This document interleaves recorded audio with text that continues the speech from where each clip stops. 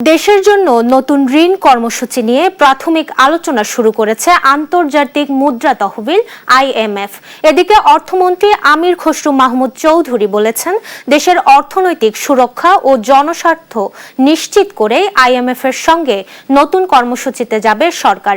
এ কর্মসূচির আওতায় ৩ বছরে ৪০০ থেকে ৪৫০ কোটি মার্কিন ডলার ঋণ পাওয়ার আশা করছে ঢাকা।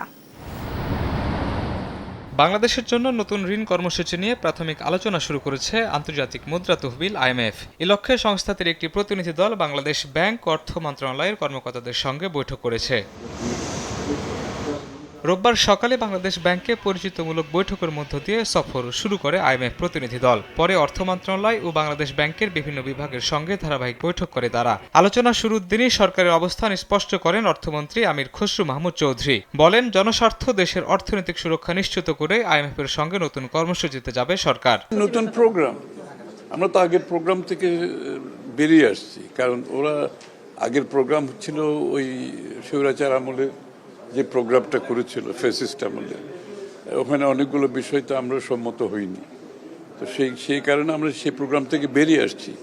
এখন আবার নতুন প্রোগ্রামে যাচ্ছি। একজন নির্বাচিত সরকারের বাংলাদেশের মানুষের স্বার্থ সুরক্ষা করে যে ধরনের প্রোগ্রামে যাওয়া দরকার সে ধরনের প্রোগ্রামে যাব। আগের আইএমএফ কর্মসূচিকে জনস্বার্থ বিরোধী উল্লেখ করে অর্থমন্ত্রী বলেন, সেই কর্মসূচির কিছু শর্ত একটি নির্বাচিত সরকারের জন্য গ্রহণযোগ্য ছিল না। তবে বর্তমান সরকার জনস্বার্থ বিরোধী কোনো শর্তে ঋণ নেবে না বলেও জানান মন্ত্রী। কিস্তির টাকা নিয়ে আমাদের কোনো চিন্তা নেই।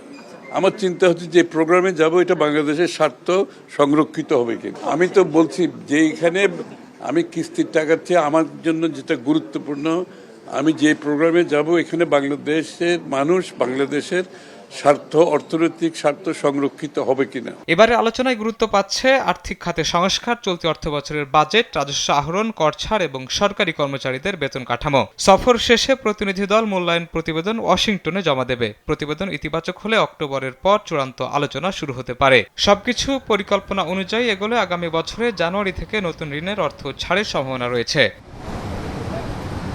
শাহিনুল ইসলাম সাগর, দেশ টিভি, ঢাকা।